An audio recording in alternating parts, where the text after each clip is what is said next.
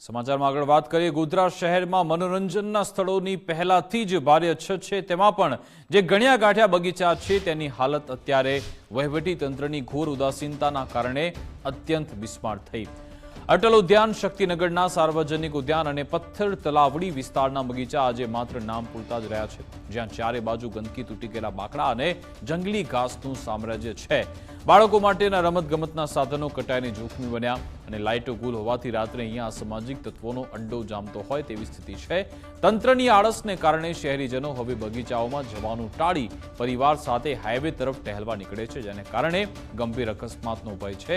સ્થાનિક રહીશોમાં ભારે રોષ છે અને તેમની નગરપાલિકાના નવા ચૂંટાયેલા પ્રતિનિધિઓ પાસે એક જ માંગ છે કે કાગળ પરના વિકાસના વાયદા છોડી આ ઉદ્યાનનું તાત્કાલિક રિપેરિંગ અને નવસર્જન કરાય, જેથી ગોધરાની જનતાને ફરી એકવાર સુખદાયક હરવા ફરવા લાયક સ્થળો મળી રહે. ગોધરા શહેરમાં હરવા ફરવા લાયક સ્થળોમાં માત્ર ને માત્ર એક હોય તો માત્ર ગોધરા શહેરના બગીચાઓ છે.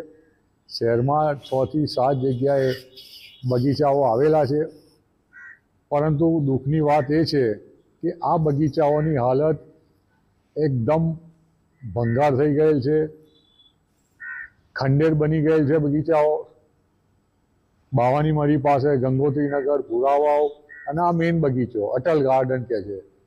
અટલ બિહારી વાજપેયીના નામે જો ગાર્ડન હોય અને એની આવી બદતર દશા હોય તો એનાથી બીજું દુઃખ શું હોઈ શકે. ગોધરા શહેરમાં આવેલ નાના નાની પાર્ક અસામાજિક તત્વો તેમજ આજુબાજુ વિસ્તારના વેપારીઓ માટે કચરાનું સ્થાન બની રહ્યું છે. ન તો તેની કોઈ સાળ સંભાળ રાખવામાં આવતી.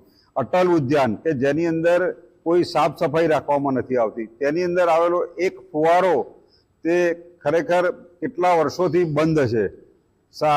બાળકોને રમવાના સાધનો ખરેખર યોગ્ય રીતે સાળ સંભાળ રાખવામાં નથી આવતી. હું ગોધરા મેલોલથી આવ્યો છું. અહીંયા બાળકોના ફરાવા લઈને આવેલો તો થોડુંક ગાર્ડનમાં આવીને જોયું, આ ગરમી વધારે છે તો એટલું ગાર્ડનમાં ફરીને આવીએ કંઈ છોકરાઓને લઈને આવ્યો હતો.